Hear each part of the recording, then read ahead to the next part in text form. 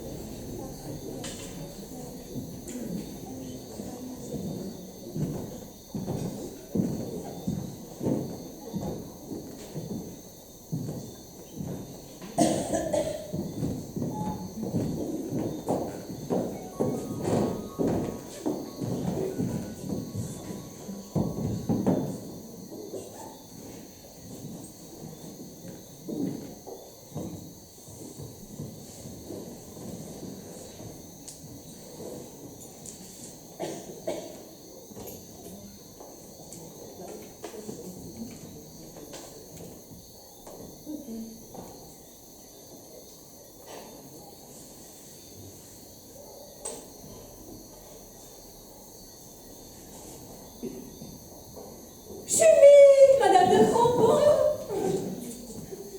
Pour être à l'heure, nous sommes à l'heure. Ah oui, nous aurions voulu le faire exprès. Ah, je suis bien heureuse de vous voir. Comment allez-vous depuis la dernière fois? Oh, vous savez. Oui, je sais. Cela va bientôt faire 1 an que ce cher Victor nous a quittés. 3 ans, Madame de Crampon. 3 ans. Voilà ce que je voulais dire, 3 ans. Comme le temps passe vite. Ce sont les minutes qui sont longues. Plaît-il? Ce sont les minutes qui sont longues. Bien sûr, bien sûr. Surtout la nuit. Surtout la nuit. Ce cher Victor.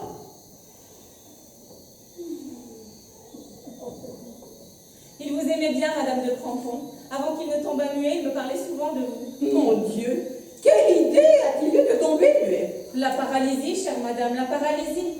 Cela a commencé par le côté droit. Le côté du foie. Qu'est-il? Le côté du foie. À gauche, c'est le côté du cœur. À droite, c'est le côté du foie. Peut-être. Remarquez, bien avant sa première crise, j'aurais dû me méfier. Si l'on savait.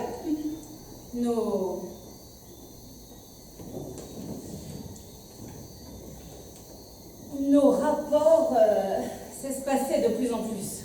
Ah oui? Racontez-moi ça. Ceci entre nous, Madame de Crampon. Julie, vous connaissez ma discrétion. Donc, vous me laissiez entendre que vos rapports... Enfin, mon mari était ce qu'on peut appeler un chaud lapin. Ah, chaud lapin. J'adore cette expression. Pas trop chaud même. Je le soupçonne d'avoir incendié tout le combustible qui se trouvait dans son entourage. Le nombre de secrétaires et de dactylos qui montèrent en grade dans son service. Ce n'est pas possible. Ne croyez pas que je veuille le charger, ce pauvre cher Victor. Je lui procurerais volontiers toutes les femmes de l'univers, si cela pouvait le faire jaillir de son tombeau. Vous iriez jusque-là. Encore plus loin, Madame de Crampon. Encore plus loin. La passion ne s'arrête pas à de petits détails. C'est précisément le tort que j'avais de son vivant, c'était précisément de m'y arrêter. Oh, quand je pense à la scène que j'ai faite à la crémière. Parce que la crémière aussi. Tous ces fromages blancs en pleine figure. Oh, Victor, je te demande pardon. Je vous en prie. Asseyez-vous. Si l'on nous voyait. Excusez-moi. La douleur m'égare. Si je comprends bien, Victor vous négligeait. Moi? Pas du tout. Eh bien... Mais comme je vous l'ai expliqué tout à l'heure, déjà avant sa première crise, mon époux n'était plus le même. Nous restions parfois 10 jours. Oui. 11 jours. Oui. 12 jours sans... Oui. D'abord, je m'étais accusée. Julie, tu es froide. Julie, tu manques de souffle. Julie, tu n'atteins pas les sommets de ton Victor. Il était très exigeant. Exigeant, oui et non. Raffiné surtout. Raffiné. Vous savez qu'il s'appelait Badoin. Victor Badoin. Mais en réalité, il descendait directement des 2 saintes fois Villemur de Saintonge. Comment cela? À la Révolution, son ancêtre Jules de Sainte-Foy Villemur de Saintonge, afin de s'éviter quelques désagréments, emprunta le nom de Baudouin. Très exactement, il paya un certain César Baudouin pour qu'il aille se faire guillotiner à sa place. Et ce monsieur Baudouin se laissa trancher la tête par procuration? Bon, pour de l'argent, vous savez.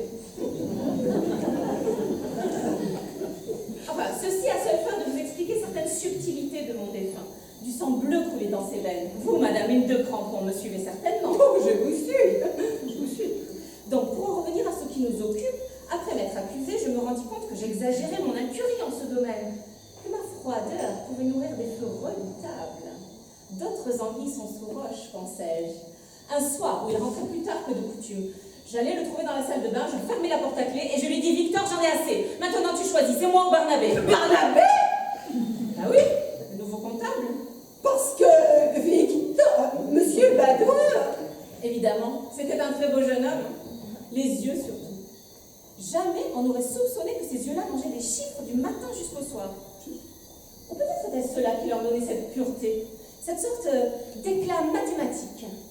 Voyons, ma petite Julie, vous ne vous sentez pas souffrante? Oh, je vous ennuie avec mes histoires. Vous m'ennuyez? Oh, pas du tout. Que répondit Victor lorsque vous lui parlâtes de Barnabé? Rien. C'est à partir de ce moment-là qu'il tomba muet. Déjà, l'horrible maladie rongeait sa moelle de chef de bureau. Et moi, je l'accusais, ce pauvre cher Estelle. Je l'accablais, je versais dans la mesquinerie, dans des petites questions, de petits points de vue. Oh, Victor, je te demande pardon. Julie, je vous en prie. Excusez-moi. Le remords me tue. Pauvre chère ange, pauvre tulipe noire. Ah, comme vous êtes bonne, Madame de Crampon. Julie, je ne suis pas Victor. Allons, redressez-vous un peu de dignité, allons. Oh. Chaque fois que je rencontre un ou une amie de Victor, c'est un peu de lui-même que je retrouve. Madame de Crampon, il y a du Victor en vous.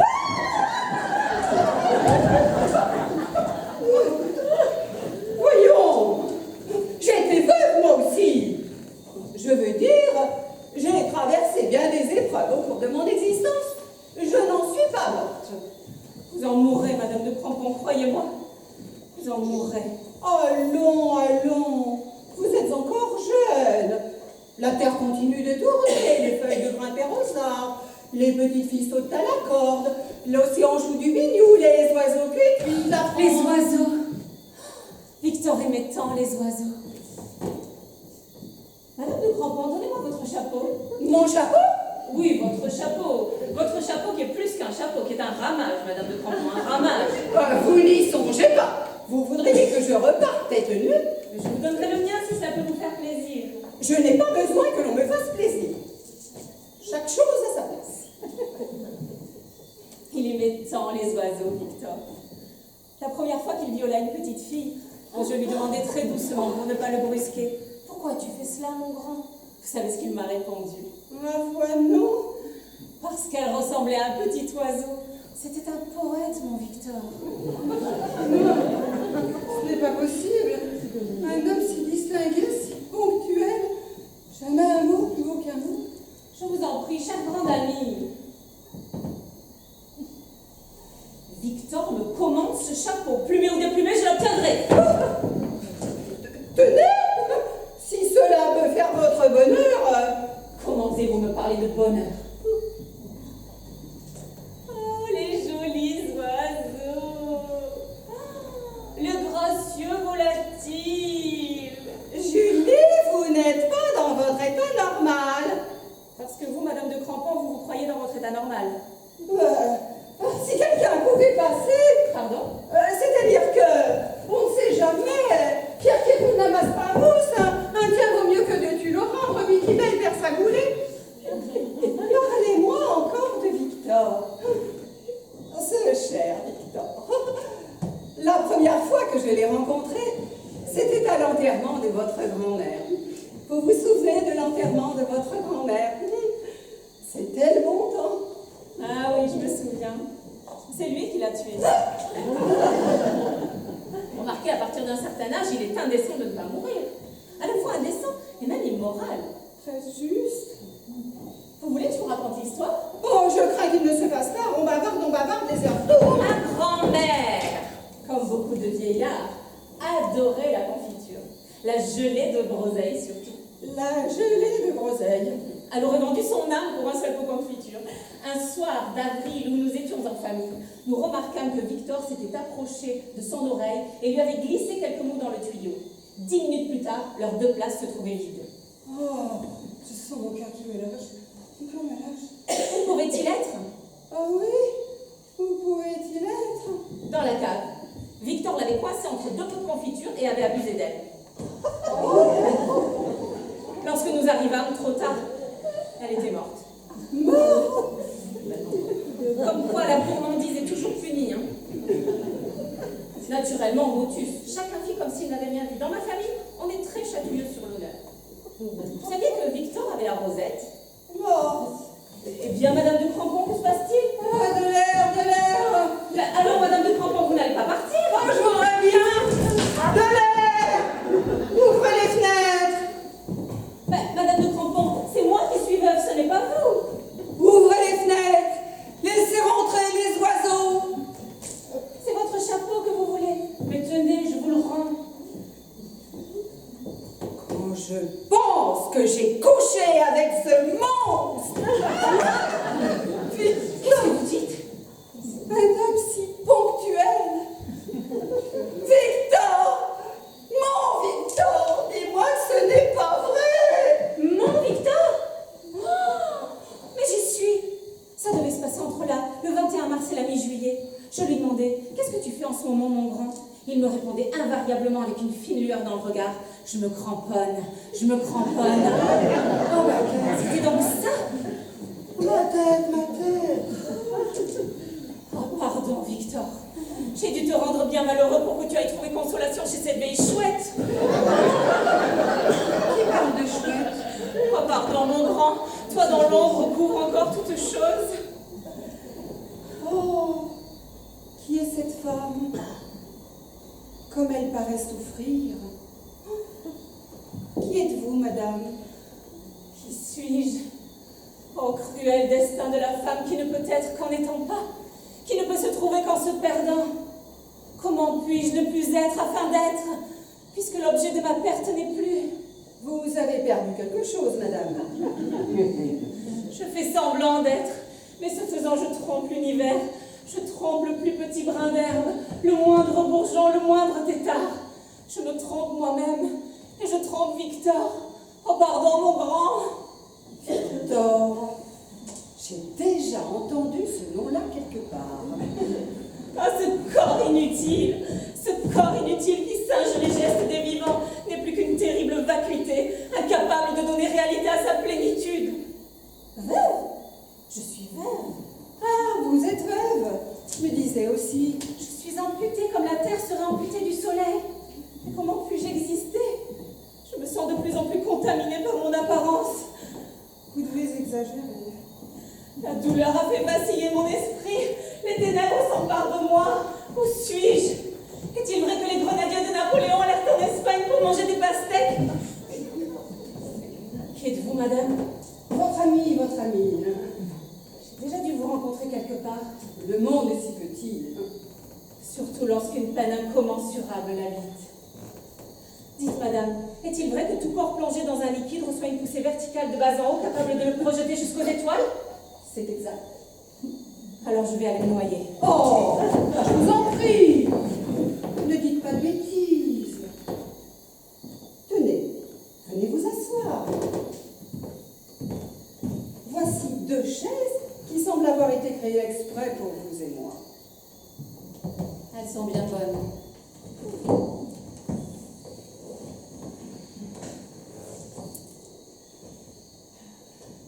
Tout chez vous laisse supposer que vous avez traversé de terribles épreuves.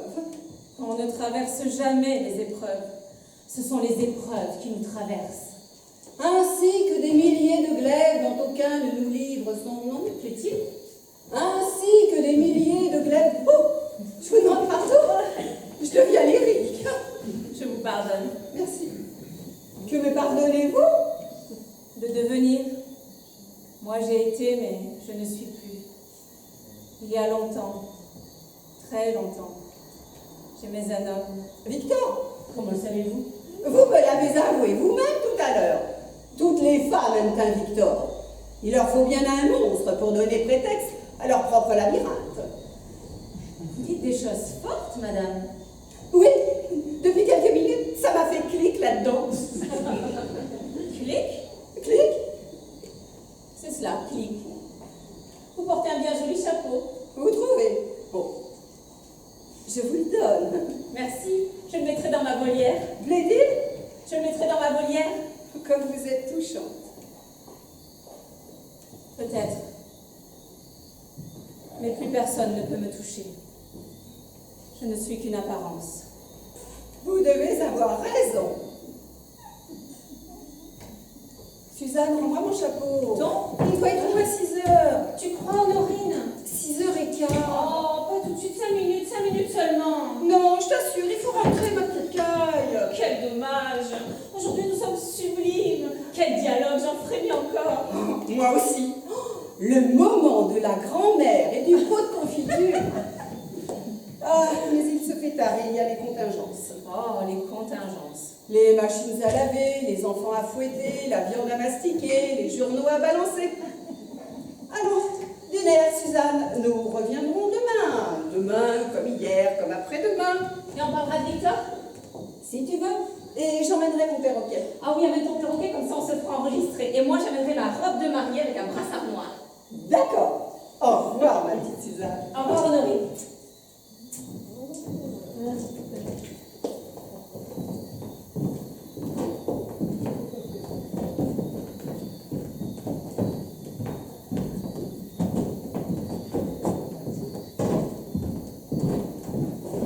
Demain?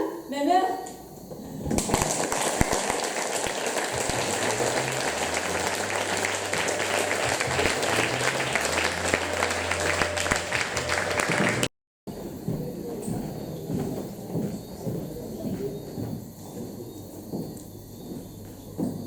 Nous espérons que cette mise en bouche vous a plu. Pour la suite, nous vous proposons un plat intitulé « Pour ses beaux yeux ». Dodeline décide son mari à concourir à un jeu télévisé qui réclame du participant un savoir encyclopédique. Camille, pour les beaux yeux de sa femme, se prépare à l'épreuve. Il se plonge corps et âme dans ses livres.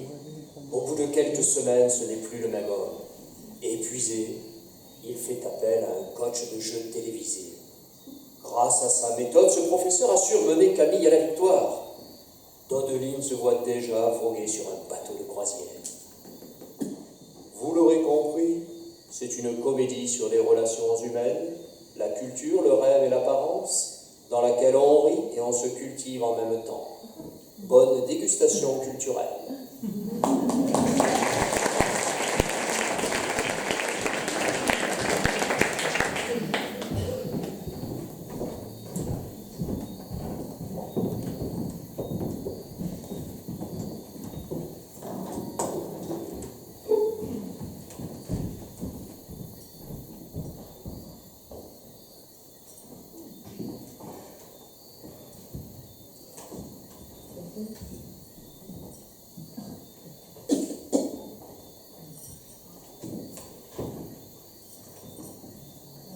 Alors, bien que Manchot, quel est l'écrivain du XVIIe siècle qui donna au monde un chef-d'œuvre? Cervantes, Don Quichotte. Ouais.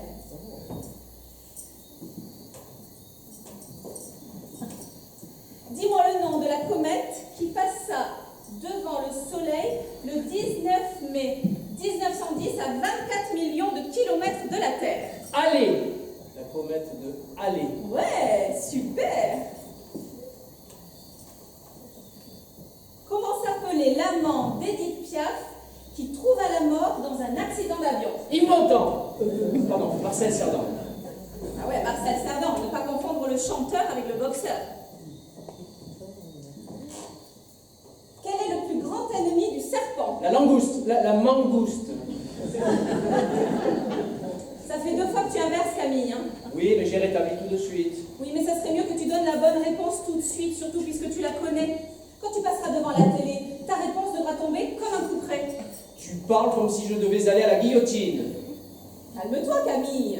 Tu n'es pas devant des milliers de téléspectateurs. Nous ne sommes que tous les deux.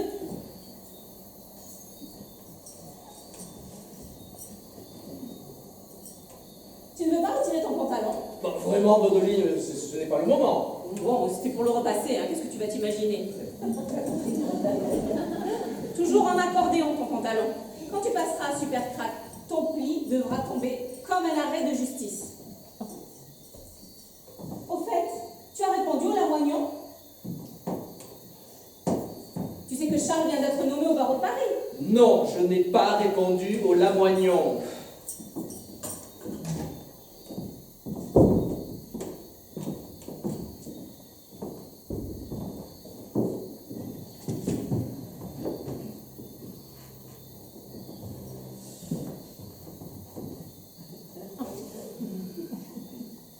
Et les Goths? Les Goths? Est-ce que tu connais la différence entre les Visigoths et les Ostrogoths? Parfaitement, je sais parfaitement la différence, mais je garde ça pour moi. Oh là là!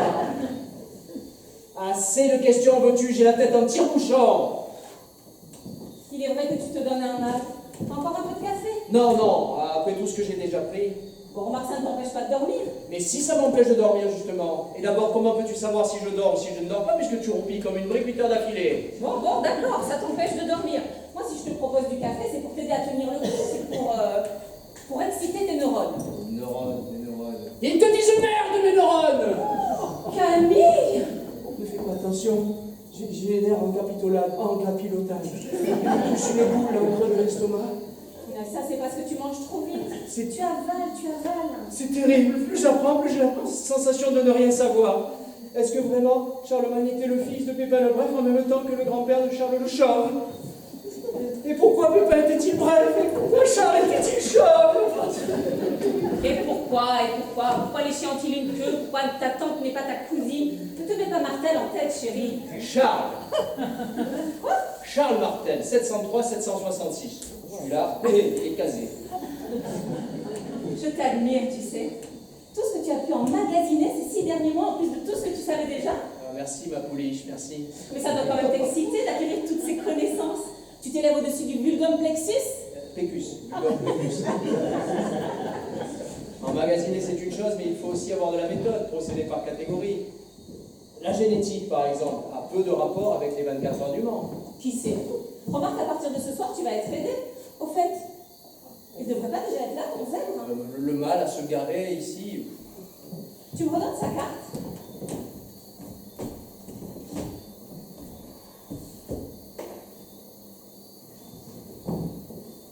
Étienne Longchamp de Beaupré, professeur de jeux télévisés, réussite garantie, nombreux témoignages, discrétion absolue. Étienne Longchamp de Beaupré, tu parles, il doit s'appeler Benoît comme tout le monde. En tout cas, je l'ai eu au téléphone, il m'a paru très sympathique, une voix chaude. Il a pigé mon problème au quart de tour. Hein. Professeur de jeux télévisés, ça doit être un pauvre universitaire, un agrégé sur la paille qui cherche à se recycler. Alors, on verra bien, l'important... J'aurais dû faire de l'ordre. Est-ce que je suis bien coiffée? Ne touche à rien, tu es très bien coiffé, surtout ne touche à rien! Ça va, ne crie pas! Je ne crie pas! Je suis fatigué, extrêmement fatigué. Tu ne prends pas assez d'exercices. Tu sais, le matin, devant la fenêtre ouverte, tu devrais te livrer à quelques exercices de culture physique, à quelques mouvements de rotation du tronc. Tu sais, Adeline, s'il ne tenait qu'à moi, j'enverrais tout valser. Ah non, ça non, hein. Tu ne vas pas nous faire ce coup-là. Hein. Non, mais si tu gagnes, songe au fric, au cadeau, 300 000 balles, une croisière de luxe pour 2 sur l'océan Indien pendant 3 semaines, une Mercedes clé en main, un réfrigérateur Carbolux, plus tout Alexandre Dumas relié en peau de buffle. Si je gagne... Mais il n'y a pas de raison, Camille, tu n'es pas plus bête qu'un autre. Tiens, le dernier qui a gagné, t'as vu sa tête? Oui, non, je sais plus. Ben, il avait eu une tête de porc, là, des yeux de cochon, là, petits yeux. S'il avait une tête de porc... Hein. Mais toi, tu es nettement plus beau. Peut-être, mais à supposer que je sois Greta Garbo, si on me demande la date de naissance de Duguay Trouin. N'oublie pas que tu as été élevé chez les jésuites, c'est un grand atout. Qu'est-ce que tu vas chercher là? Je n'ai jamais été chez les jésuites. Ah bon? Je croyais. Et sans compter que t'es vachement fort en botanique, hein. Possible. Mais tu sais aussi bien que moi que Brochard pose des questions sur des quantités de sujets. Le Moyen-Âge, l'antimatière, la vie sexuelle des tortues, que sais-je. Ah ben justement, il faut savoir. Il faut que tu saches, Camille. Je t'assure, Dodeline, que si ce n'était pas pour toi, pour tes beaux yeux... Ah, mais c'est pour moi, mon piquet. C'est pour ta pouliche. C'est pour les beaux yeux de ta pouliche. Ah, c'est vrai que tu as de beaux yeux. Et mes jambes, elles sont pas belles, mes jambes? Ah, si, les jambes d'albatros, d'albatros. Tu te rends compte, quand on naviguera tous les deux sur l'océan Indien, bercés par le ululement des mouettes et le roucoulement des marsouins, et qu'on fera escale à Rio de Janeiro. Rio de Janeiro donne sur l'Atlantique, ça n'a rien à voir avec l'océan Indien. La ville fut fondée en 1565 après Jésus-Christ, compte actuellement 12 807 706 habitants. Son carnaval, ses bidonvilles, ses bêtises, son pain de sucre. Si tu veux, maman, si tu veux. Si je veux, mais Dodeline, est-ce que tu te rends vraiment compte de la vie que je mène ici depuis 6 mois? C'est pas une vie! Je t'accorde que tu passes un mauvais moment, mais enfin quand même, le jeu en vaut la chandelle. 300 000 balles à réfléchir. Oui. De toute façon, tu t'enrichis. Je m'enrichis. Bah, intellectuellement. Ah, peut-être que je m'enrichis intellectuellement. Mais ce qui est certain, c'est que physiquement, je maigris. J'ai encore perdu 2 kilos. Mais tu les retrouveras, mon chéri. Tous les gueuletons dans les grands restaurants qu'on va pouvoir se faire après que... Quand je pense que je suis enfermé dans un bureau du matin au soir, que j'essaie de contourner les 32, 35 heures pour en faire 50. Le midi, je ne mange qu'un sandwich, je reviens ici le soir, 1h20 de trajet, et le dîner à peine expédié. Mais moi aussi, je travaille, Camille. Qu'est-ce que tu crois? Tu crois que c'est marrant, le cabinet dentaire où je reçois les patients? En arrivant, vient que l'odeur, et sans parler de leur gueule aux clients, hein, rien que des gueules d'enterrement, avec leurs caries, leurs abcès, leurs gingivites, leurs stomatites. Tiens, hier, un type qui me demande encore où se trouvent les water. Excusez-moi, madame, pourriez-vous me dire où se trouvent les water? Les water! Une haleine! J'ai failli tomber à l'envers. C'est vrai que tu as bien du mérite, ma pouliche. Ah, je m'y recolle. Je m'y recolle. Arcole, Lina, Austerlitz! Bon maringo! Bon, Maringo, est-ce que tu es drôle quand tu veux être drôle? Sais-tu que Pouchkine épousa Natalia Goncharova en 1831? Première nouvelle. Pour tes beaux yeux, je vais devenir un puits de science, un puits d'amour. Ah, ça, si tu empoches les 300 000 balles.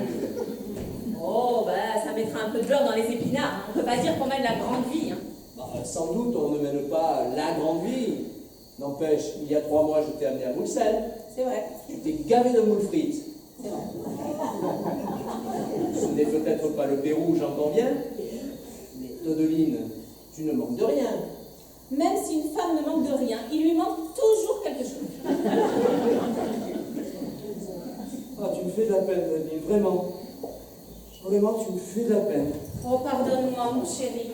Moi-même, mes nerfs. Te voir continuellement englouti derrière tes dictionnaires, seulement ta tête qui dépasse. Eh oui. Qu'est-ce que je peux faire pour t'aider? Je peux pas apprendre tout ça à ta place. Ma pauvre chatte.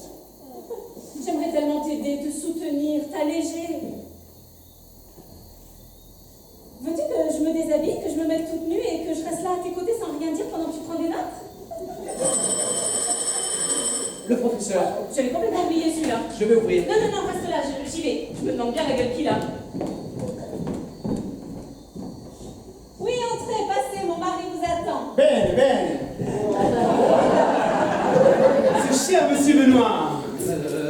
Monsieur, Étienne Longchamp de Beaupré, pour vous servir. How do you do? pas mal, et vous? Bene, bene. Je peux prendre votre veste? Merci, ne perdons pas de temps. Et excusez-moi pour le retard, j'ai tourné en rond avec ma Bugatti.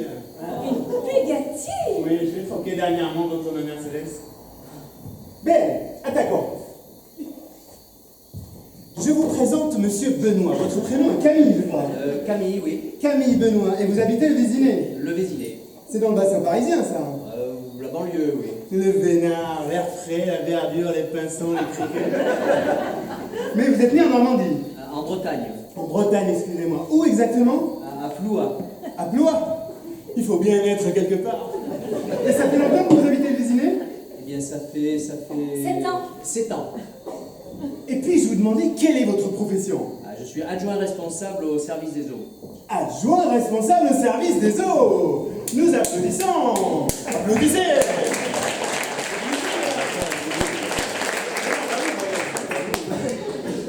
Et comment se manifeste votre responsabilité au service des eaux? Ah, bien, beaucoup de statistiques, graphismes, distribution, répartition, structure d'épuration pour les eaux usées. Eh oui, il n'y a pas que les hommes qui souhaitent user.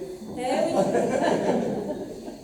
Maintenant que nous avons fait connaissance, je vais ouvrir le feu des questions, Camille. Est-ce que vous êtes prêts? Ah, mais pas du tout. Vous arrivez là comme un ouragan, vous me prenez par les épaules et d'un seul coup... Comme si, très important pour moi, pour nous, vous fonctionnez très bien. Je vais vous poser la première question, faites bien attention. Mais avant, vous désirez peut-être profiter de ce que vous êtes sur le petit écran pour adresser un signe à une personne qui vous est chère. Dire quelques mots affectueux aux indigènes du Vésinet, par exemple. Ou les autochtones du Blois. Ou à quelqu'un de votre famille. Oui. Gros bisous à Dodeline. En face. Regardez en face. Dodeline, ça doit être votre petite chienne, je présume. C'est moi. Ma femme. Dodeline, c'est la contraction de mes deux prénoms. Dorothée Adeline. Oui, Dorothée Adeline Patin. Je suis née Patin, mais tout le monde m'appelle Dodeline. Bene, finita la commedia. Puisque, chère madame, vous êtes intervenue ex abrupto dans notre petit scénario, nous allons arrêter les frais. Je suis confuse, je ne pensais pas. Mais nous ne sommes tout de même pas en direct. Je veux très bien jouer le jeu un moment avec vous, monsieur Étienne. Appelez-moi professeur, ce sera plus facile. Ben, précisément, monsieur le professeur, vous ne trouvez pas, vous y allez un peu vite? Nous y voilà. Camille, permettez que je vous appelle Camille? Sur le plateau, sans même vous avoir jamais vu, Brochard vous appellera immédiatement Camille. Camille, mettez-vous bien ça dans le crâne que de nos jours, tout est question de vitesse. Ah, ça, on ne peut pas le nier. Phénomène aussi bien valable pour les machines, TGV, avions supersoniques, navettes spatiales, que pour les hommes. Le crétin qui veut arriver au pouvoir, s'il va plus vite qu'un autre crétin animé du même désir, aura toutes les chances d'y arriver avant lui. Ça alors. Je ne citerai aucun nom, de peur de heurter vos convictions politiques. Si vous voulez bien revenir à mon cas personnel. J'y arrive. Nous y arrivons, chérie. Très important pour moi, essentiel dirais-je même, de vous avoir pris au dévolé, par surprise, à toute vitesse. Mais tout de suite, m'ont sauté aux yeux autant vos qualités que vos défauts. Ainsi, nous gagnons du temps. Et le temps, c'est de l'argent. Et la vie ne fait pas le moine. Elle est charmante. Votre femme, elle est charmante. Je suis sûr qu'elle doit être pour vous une précieuse collaboratrice. Ben, à vrai dire, c'est elle qui m'a poussé à concourir à Superpac. Personnellement, Oui, c'est moi qui... Mais bravo, Madame Benoît. Les femmes ont souvent l'art de pousser les hommes à être ce qu'ils ne sont pas et qu'ils finissent par devenir. Ah, tu vois, Camille. Bon, et alors? Eh bien, alors quoi? Mes qualités, mes défauts. Ah oui. Eh bien, Camille, puis-je vous parler en toute franchise? J'écoute. Il y a beaucoup à faire, beaucoup à faire. Ah, ça, j'en étais sûre. Ah, tais-toi, Dodeline, tu deviens énervante. Si je vous ai convoqué, professeur, c'est... L'important, c'est de procéder par ordre. Don't put the cart before the horse. Vous vous êtes tapé tout ça? Ah, disons, j'ai grappillé. Vous grappillez. Autant dire que vous passez sans transition de l'élevage de poulets dans le Sussex à l'assassinat du duc de Guise. Dans une certaine mesure. Soyons justes, dans la plus grande cacophonie. Cacophonie? Oui, je t'expliquerai. Ce qu'il vous faut, Camille, c'est une méthode. La méthode. Encadrée virtuelle. Ne pas vous laisser déborder par les particules élémentaires. Par exemple, au moment où vous recensez le nombre de sous-marins coulés pendant la Seconde Guerre mondiale... Faut casser tout ça, quoi. Exactement. Et tout d'abord, il faut songer à votre look. Mon look? Capitaine! La façon dont vous vous présenterez, la manière dont vous serez habillé, costume ni trop clair ni trop foncé. Surtout, évitez la cravate à pois. Ah, éviter la cravate à pois. Alors ça, c'est évident. Il n'y a pas que l'habillement, il y a aussi les souliers, la coiffure, la façon dont vous serrez la main que Brochard vous tendra. Ne pas la broyer sans pour autant que la vôtre ne tombe dans la sienne comme une éponge. Ah, ce n'est pas mon genre. Bon, j'en prends note. Et ce qui compte aussi, c'est l'expression de votre visage. Ah, quand tu veux, tu peux paraître intelligent. Oh, je t'en prie. Tout de même, professeur, donnerais-je le spectacle d'un demeuré du village? Ce qui importe, c'est que je réponde correctement à la question. Certes, mais vous ignorez le pouvoir des forces occultes. Si dès votre entrée sur le plateau, vous engendrez la sympathie, vous êtes porté par les ondes bénéfiques, tout ce public, là, grâce à tout ça, ça vous redonne de la valeur. vous dilatez, vous augmentez votre quotient réceptif. Ce public que vous avez conquis sur le champ désire votre victoire et par là même concourt à votre victoire. Sûr que les ondes invisibles, peut-être même celles des extraterrestres. Je n'irai pas jusque-là. Et vous-même, Si vous êtes jamais passé à Supertrack? non, je ne me suis jamais posé en public. Pourtant, avec votre bagage, Et pour quelle raison? Pour des raisons personnelles. Bon, Ben, il ne me reste plus qu'à prendre et vous congé. n'avez pas parlé de la voix, professeur. C'est vachement important, la voix, un bel organe. Oh, si tu t'y mets aussi, Dodeline. Mais Madame Benoît a tout à fait raison. La voix est la principale courroie de transmission. N'hésitez pas à la timbrer au moment voulu, à lui donner tout son relief érotique. Le carré de l'hypoténuse est égal à la somme des carrés des deux autres côtés. L'hypoténuse! L'hypoténuse! Ça me donne des frissons. Dodeline, si tu allais nous faire un café. Ah, tu vois? Vous prendrez bien un café, professeur? Bien volontiers. Ah, tu vois? Mais je ne voudrais pas abuser. Avec ou sans sucre? Sans merci.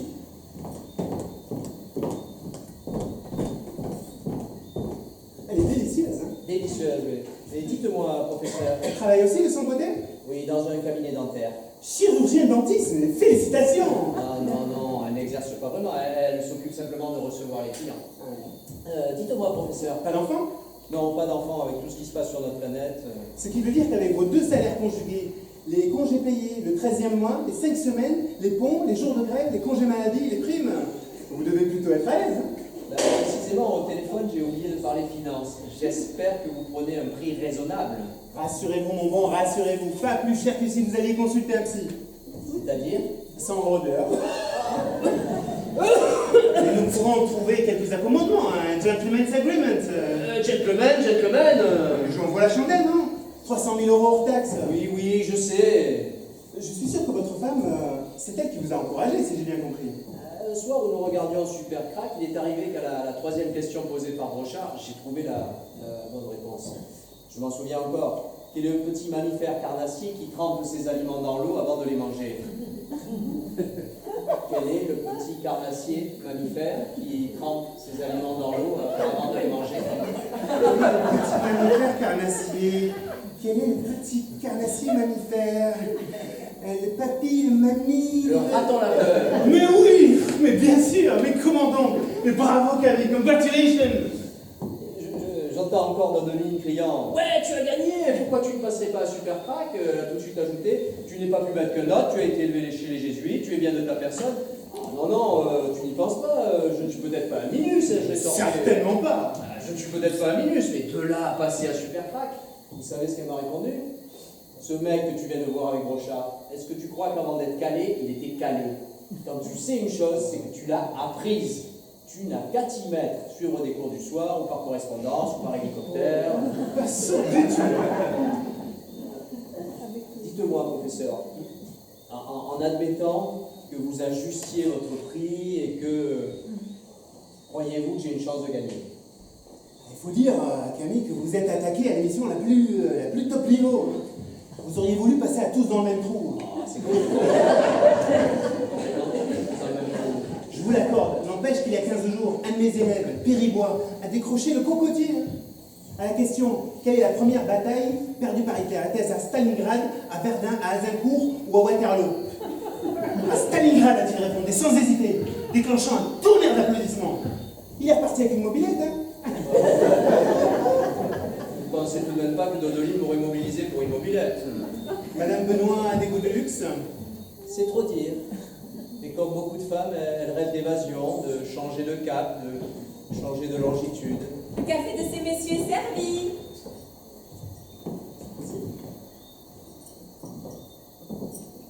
Vous n'en prenez pas? Non, le café m'empêche de dormir. Et quand je ne dors pas, Camille est incapable de dormir. D'ailleurs, des fois, je fais semblant. Vous faites semblant? Oui, de dormir, pour que Camille puisse dormir. Mon cher, mais quelle épouse! À votre place, je ne dormirai pas. Hein. Et vous-même? Si j'ai un bon sommeil? Non, si vous êtes marié. J'étais marié. Ludmila. Elle s'appelait Ludmila. D'origine russe, par sa grand-mère, une picarde qui avait épousé un moscovite. Belle, jeune, belle en chair, magnifique chevelure. Elle m'a été enlevée. hélas, ce sont des avatars que l'on relève fréquemment dans l'histoire de l'humanité. Souvenez-vous du 24 décembre 1804, juste la veille de Noël, la comtesse Églantine de Brabant, mariée au comte Saint-Philippe de Brabant, enlevée avec elle le chevalier d'Aiguille. Je vous parle de Ludmilla. C'est la mort qui me l'a enlevé. Je devrais dire arraché. Une chute de cheval. Excusez-moi. C'était sa passion, le cheval. Partout où je l'amène, il fallait qu'elle monte. Que je l'amène à Marrakech, à Rio ou à Nizhny Novgorod. Rio? Rio de Janeiro? Oui, de Janeiro au Brésil. Tout de suite, il lui fallait un cheval. Cavalière, hors pair, une assiette, un panache. Or, un jour, un après-midi très exactement, ne vous inquiétez pas, la première séance est gratuite.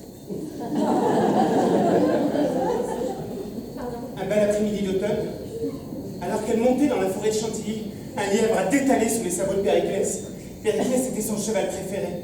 Énorme ruade, l'ennemi l'a projeté au sol, sa colonne vertébrale en miettes. C'est horrible! Affreux. Lorsqu'alerté par les forestiers, je me suis rendu sur les lieux avec le SAMU. Son corps, cette femme, cette belle jeune femme, elle n'était plus qu'une loque, une sorte de pantin désarticulé, les bras en croix sur un lit de feuilles mortes. Excusez-moi, ça doit être piqué.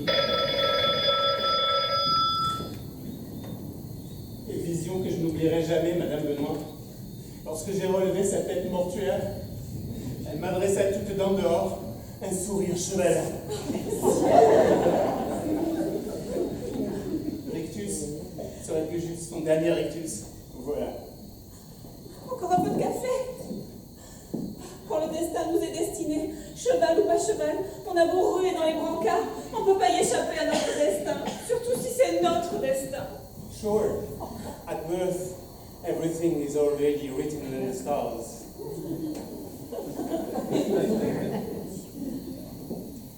Je suis peut-être indiscrète. Soyez indiscrète, Madame Benoît. Malgré la mort des uns et de tant d'autres. Et de tant d'autres, il faut bien le reconnaître. La vie continue, la nature reprend ses droits. Certes, Est-ce que, après cette terrible épreuve, depuis quand déjà? 4 ans, ça va faire 4 ans. Vous avez mené une existence solitaire, cloîtrée dans votre douleur? Combien?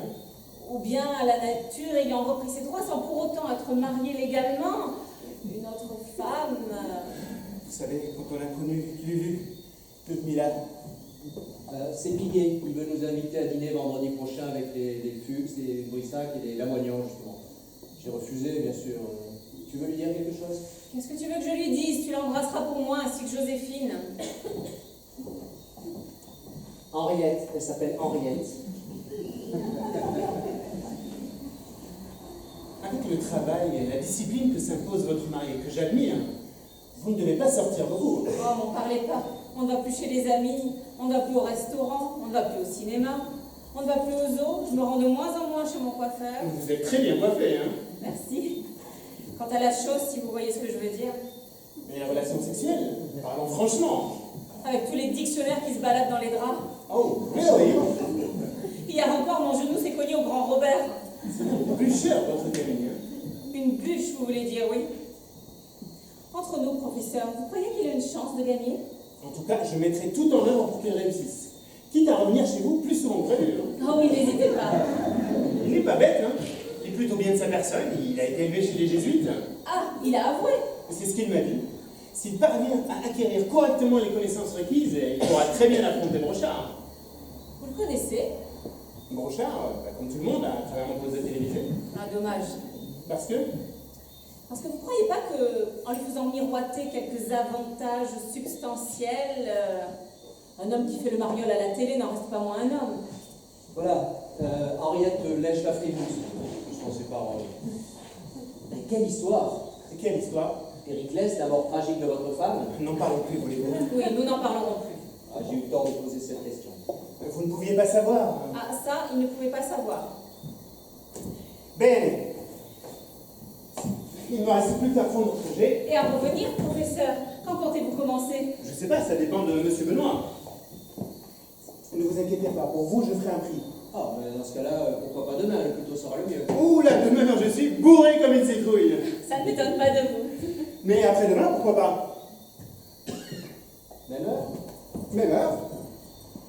Belle. Pour l'instant, repos. Vous vous enfilez dans vos draps et vous rêvez aux petits oiseaux. Ciao Camille. Au revoir, professeur. Goodbye, chère madame. Au revoir. Et merci pour le café. Je vous raccompagne.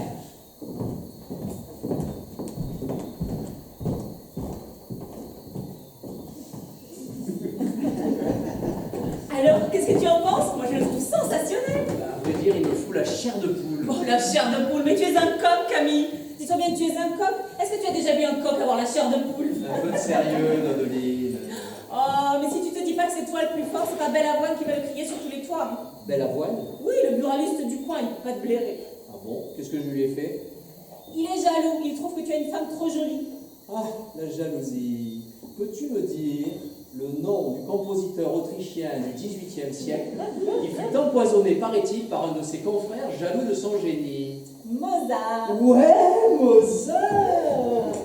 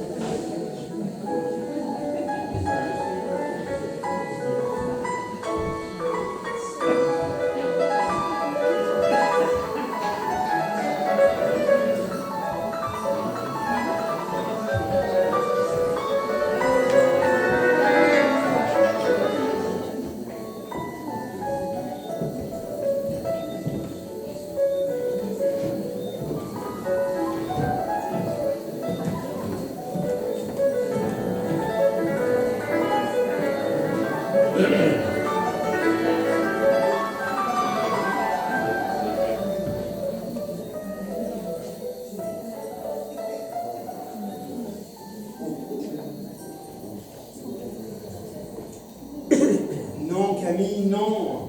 Ce sont les colonnes d'Hercule, promontoire de Calpé et d'Abiac qu'on nomme aujourd'hui le détroit de Gibraltar. Taracon, roi d'Éthiopie, pénétra jusqu'aux colonnes d'Hercule. Taracon. Taracon. Bene, continuons et ne débandez pas, Camille. Et pesto, pestissimo. N'oubliez pas que le premier réflexe à acquérir, c'est le réflexe de célérité, ou de promptitude si vous préférez.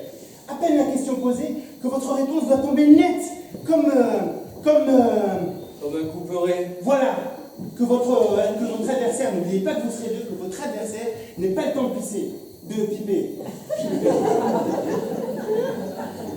Bene. Hey.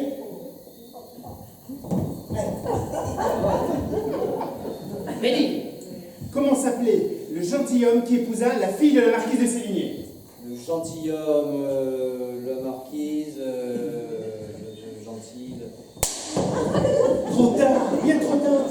Le comte de Grignan. Ah oui, le comte de Grignan. Le comte de Grignan, lieutenant général gouverneur de Provence.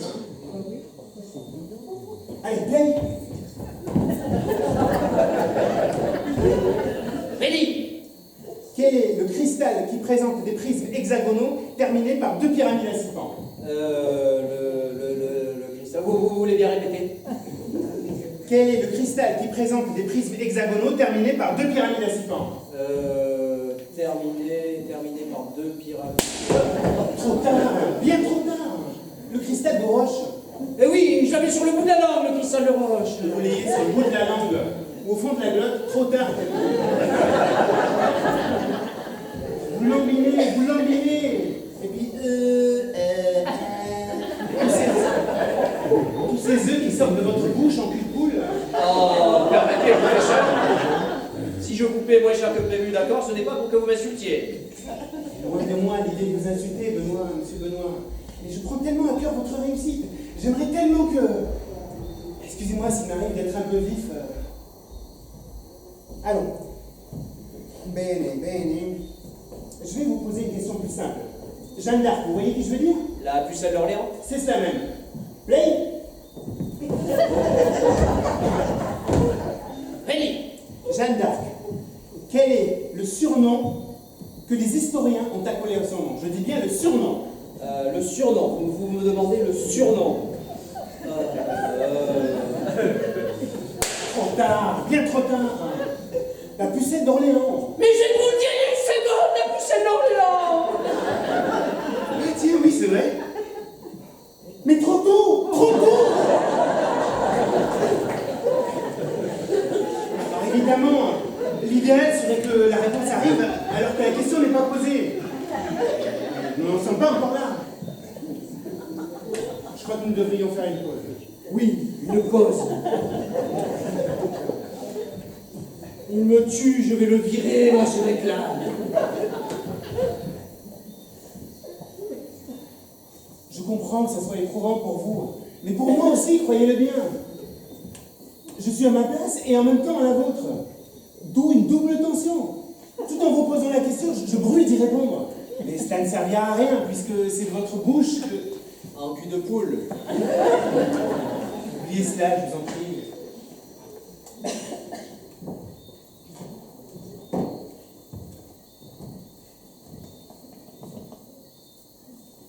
Eh bien, dites donc, Laissez. une revue porno. Porno, cela dépend sur quel angle on se place. Si on se place où je suis, Mazette, on ne s'ennuie pas. Hein. De nos jours, la sexualité fait partie intégrante des sciences sociales. C'est de la dynamique de groupe. Au fait, je n'ai pas eu le plaisir de saluer Madame Benoît. Elle n'est pas souffrante, j'espère. Non, elle a eu une journée très chargée, a préféré se coucher de bonne heure. Eh bien, vous ne manquerez pas de lui présenter tous les autres. La voilà! Dodeline! Ah, par exemple. Et un chemise de nuit en plus, je t'avais dit de ne pas nous déranger. J'étais sur le point de m'endormir quand tout à coup je me suis dit Dodeline, tu manques à tous tes devoirs. Ces deux hommes qui jacassent comme depuis, ça doit leur donner soif. Professeur, vous prendriez bien un peu de jus de fruits? J'avoue que je suis très peu jus de fruits. Ou alors du whisky? Toi, je sais, c'est du Coca-Cola. D'abord, je crois que nous n'avons plus le whisky, désolé. Et ensuite, cette leçon tire à sa fin.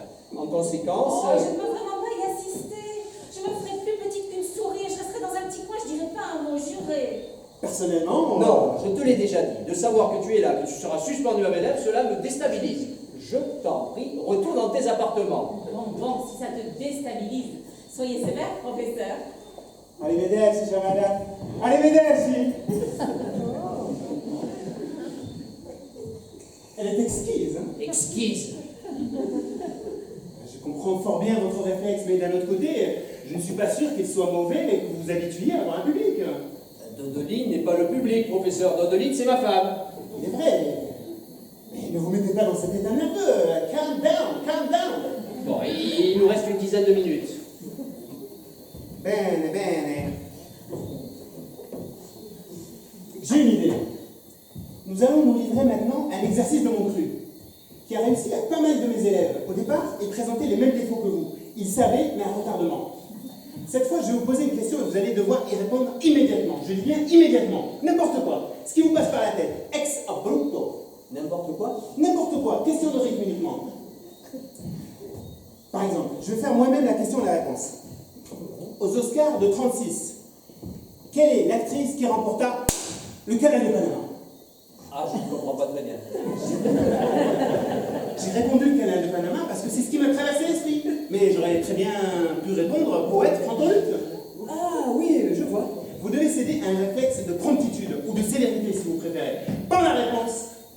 Pas la question, pas la réponse. Pas. Play.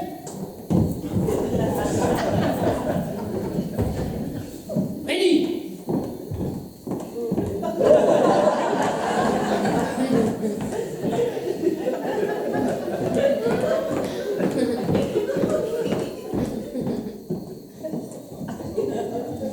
Aux Indes, quelle est la rivière qui se jette dans les bras du Gange? Le Lombrigida! Parfait. Play.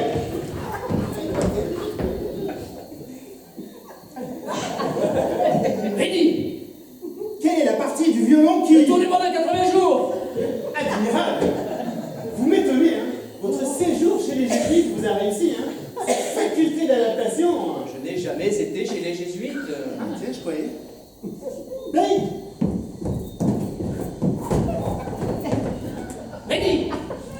À quel moment Grouchy s'est-il pris pour Blücher? Le gratin dauphinois! Admirable! Extraordinaire! Vous êtes vraiment doué, hein? Profitons de l'élan, à moins que vous ne soyez fatigué. Non, ça va, je tiens.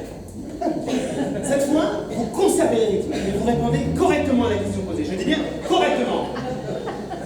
Play! Benny! Quel est le patronyme du peintre espagnol né au XVIe siècle et surnommé le Grégo? Dominikos Theotokopoulos! Dominikos Theotokopoulos, né en Crète en 1540, mort à Tolède en 1614. Parmi ses chefs-d'œuvre, l'enterrement du comte d'Orgaz. Eh, dites-moi, et nous faisons des pas de géants là. Allez, encore une fois, play. Benny! Parlez-moi de l'homme politique. Autant n'emporte le vent! Et là, vous n'y êtes plus là. Enfin, tout en y étant. Allez, dernière question. Play. Benny! Le compositeur physique franco-polonais, amant de Georges Chopin. Oui, Frédéric Chopin. Pan dans le mic, Camille. Chopin, Dodeline, exemple. la fantaisie en fa mineur, opus 49.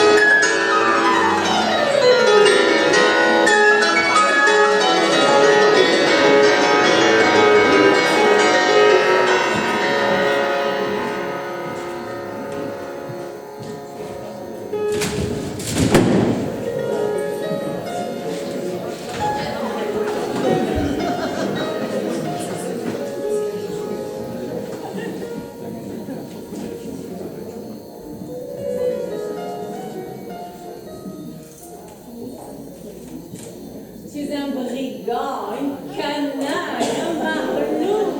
Ah, tu me plais, c'est fou ce que tu me plais. Dodo.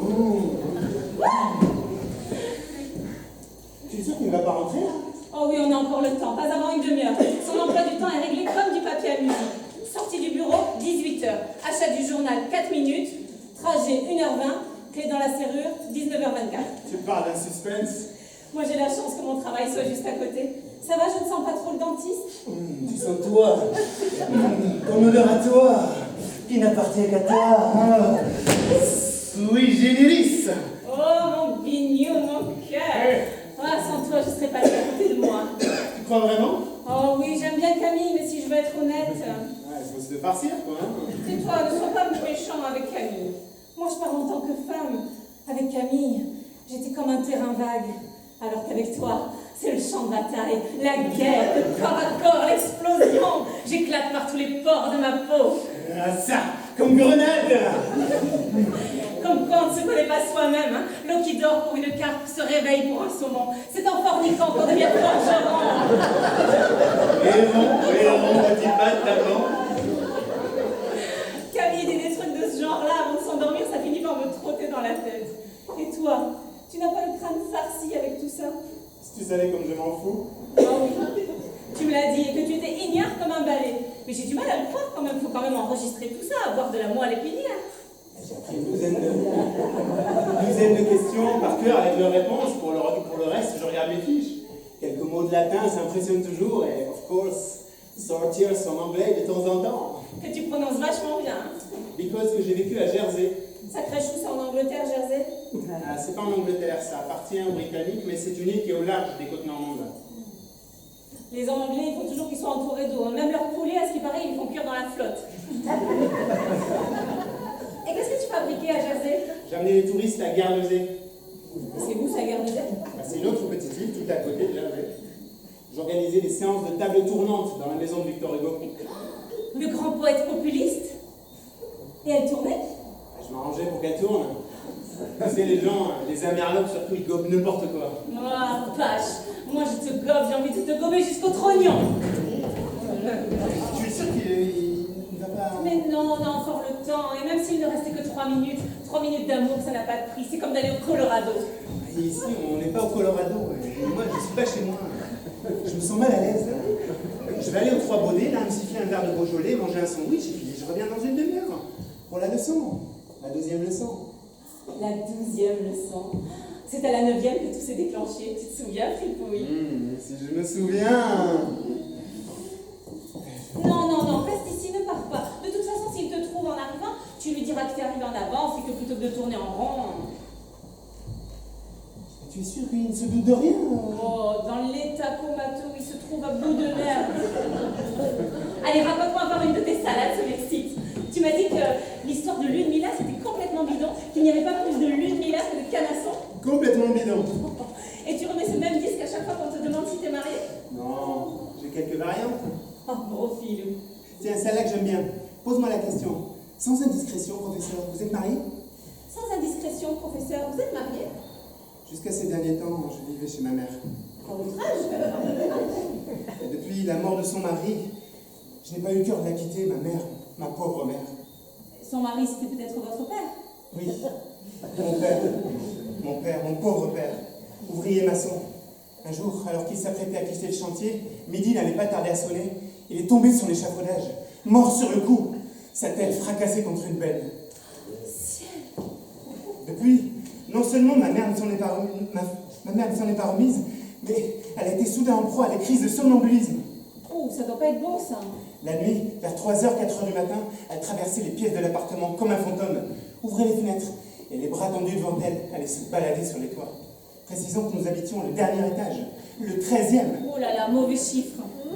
Une nuit, alors qu'elle mangeait tranquillement la gouttière en chemise de nuit, à 1 mètre d'elle, un chat, un gros matou sorti de l'enfer, se mit à miauler sauvagement.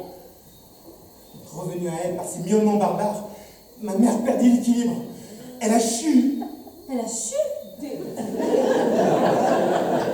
Comme si le destin avait voulu qu'elle suive la trajectoire que feu mon père pour aller le rejoindre dans l'au-delà. Oh, mais c'est horrible tout ce qui t'est arrivé, mon chéri. Et chu du verbe choir.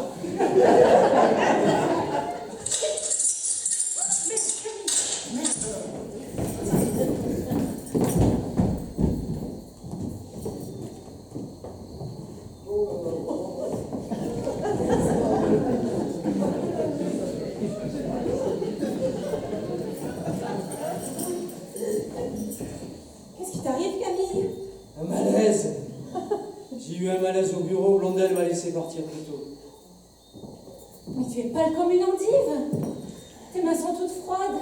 Ça m'a pris au moment où il m'a demandé qui était le responsable du service des eaux. Capestervello.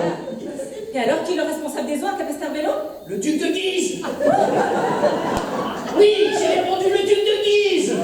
Pauvre Camille.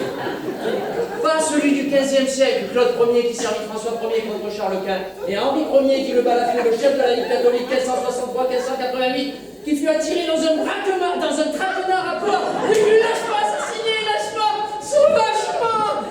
Ne t'énerve pas, Camille, tu n'y es pour rien. Blondel est devenu blême et moi, un vertige m'a saisi, j'ai failli tomber dans les pommes. Laissez vos dossiers, rentrez chez vous, qu'il a articulé Blondel. Vous avez besoin de repos, monsieur Benoît. J'ai rangé les dossiers, fermé à clé, accroché ma blouse au porte-manteau, et me voilà. Voilà. Tu parles d'une histoire, toi qui voulais demander de l'avancement?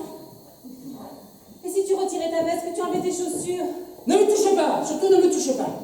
Ça va, t'énerve pas. Tant pour moi.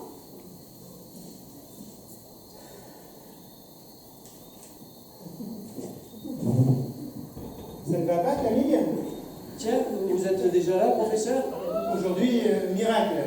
J'ai circulé comme une fleur, et comme j'étais en avance, plutôt que de tourner en rond.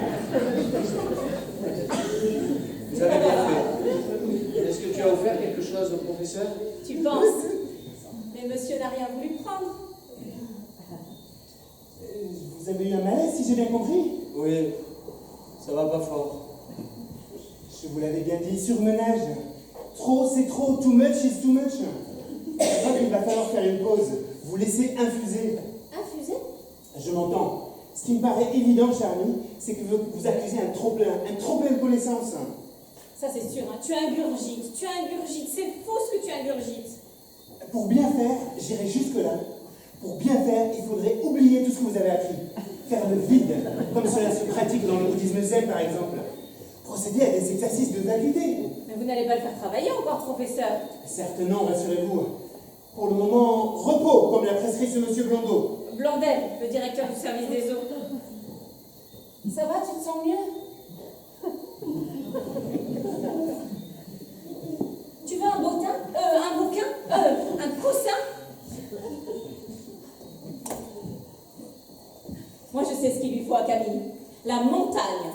Mais chère Madame Benoît, mais quelle excellente idée! L'air des cimes purifie les méninges. Tu demandes un congé de 15 jours. Qu'est-ce que je dis? Un congé d'1 mois. Tu demandes 1 mois et tu fous le camp dans les Alpes ou dans les Pyrénées, où tu veux. Pourquoi pas le Jura? Pourquoi pas le Jura? Chaussures cloutées, bouteille thermo, sac à dos, tout seul comme un an. Tout seul? Non. Vous devriez l'accompagner, Madame Benoît. Mais qu'est-ce que vous croyez, professeur? J'ai mon travail, moi. Et de temps en temps, il est bon qu'un homme largue les amarres, qu'il prenne la route sans sa femme et ses enfants. Remarquez, nous n'avons pas d'enfants. Mais qu'il se retrouve seul, face à sa plénitude. En un sens, si nous nous passons à un certain point de vue... Les super cracks! Super crade. Brochard attendra, hein. Il a attendu jusque-là, hein? De toute façon, ça lui fera ni chaud ni froid, Brochard. Partie remise. La montagne, entre 1000 et 1500 mètres, c'est la meilleure altitude, à ce qui paraît. Mais même à 800 mètres... Chaise longue, bonne marche, chaise longue, bonne nourriture et manger lentement, hein, parce que tu manges toujours trop vite. Et de grandes nuits, de longues heures de sommeil dans des draps bien blancs, bien lisses. Fleurons bon la lavande. Et tu ne reviendras pimpant comme un pinson. Pimpant comme un pinson. Mais, si vous permettez, je vais prendre congé. Non, je ne vous permets pas, professeur. Camille? Ne partez pas, ce serait dommage, vous êtes le personnage indispensable à la scène qui va suivre. À la scène qui va suivre. Mais on dirait que tu te sens mieux.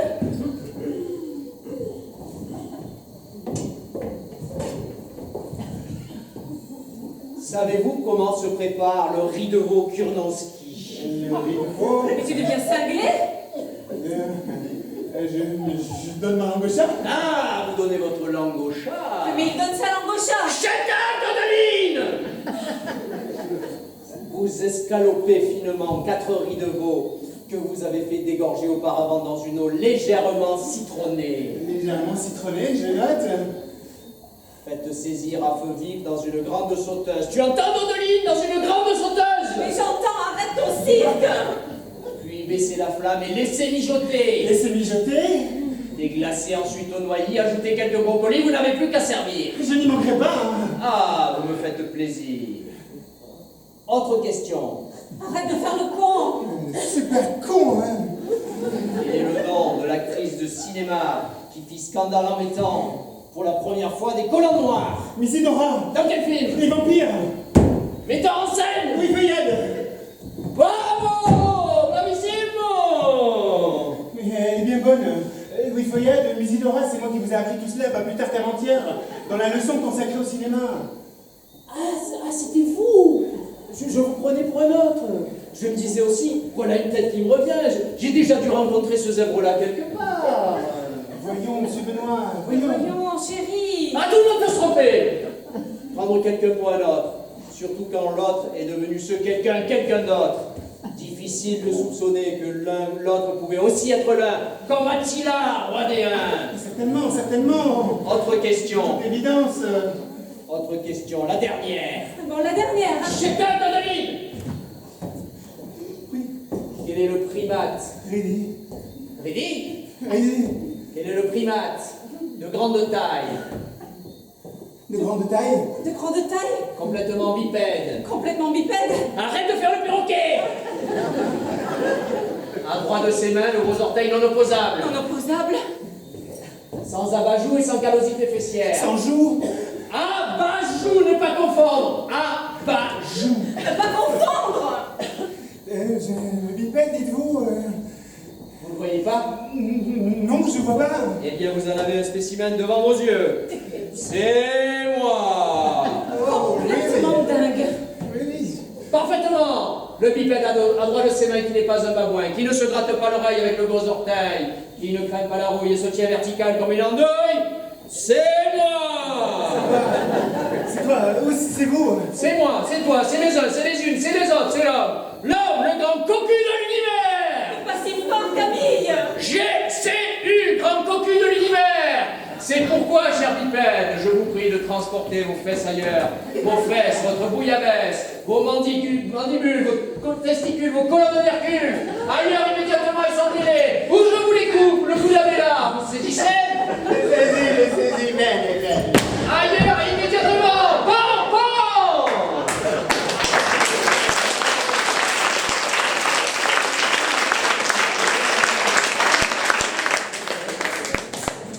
Incroyable, j'ai honte, j'ai honte.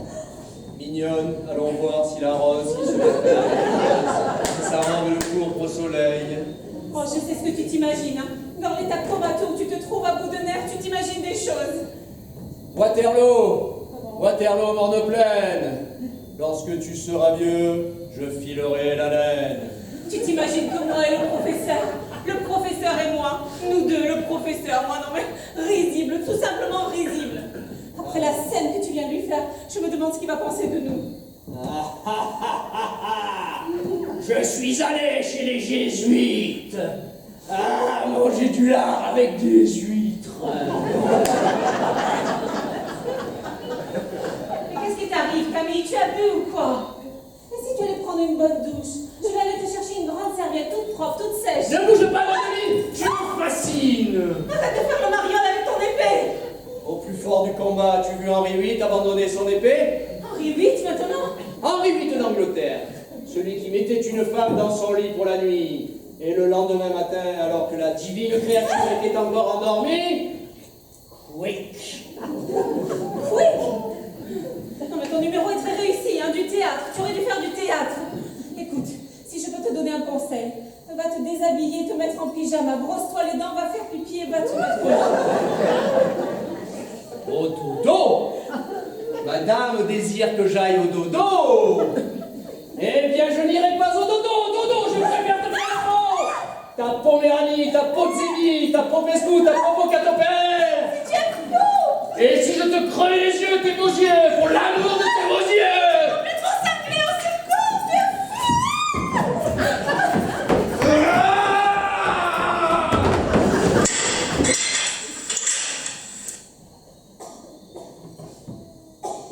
Messieurs de la cour, messieurs les jurés, messieurs de la cour, messieurs les jurés, Allô, le SAMU? Mon mari devient fou, fou allié. Il divague, il menace de me tuer. Comment cela, ce n'est pas grave?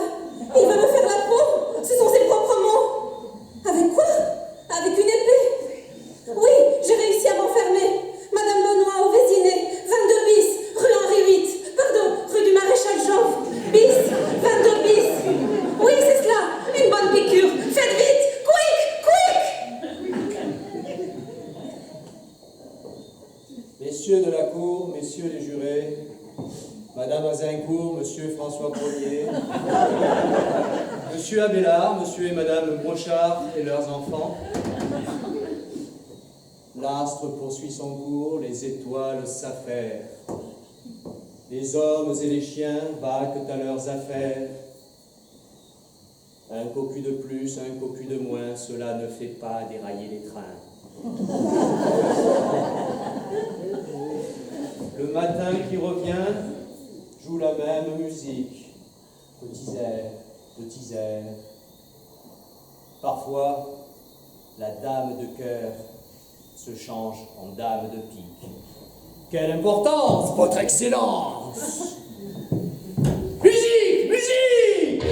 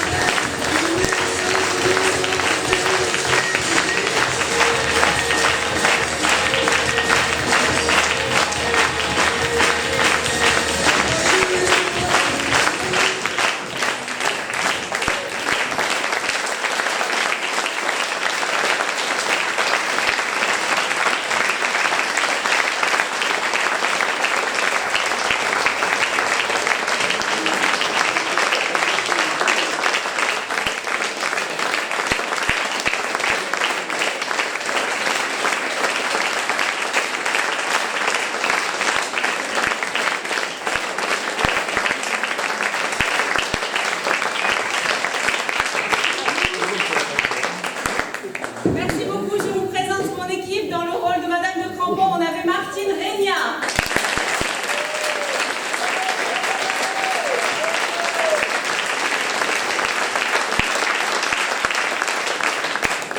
Dans le rôle de Camille Benoît, Gégé Lopez.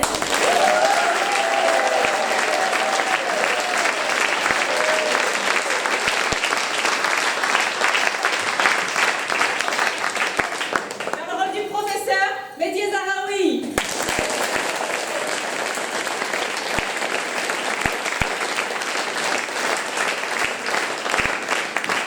Dans le rôle de Julie, Dodeline et metteur en scène, Delphine Escoulant.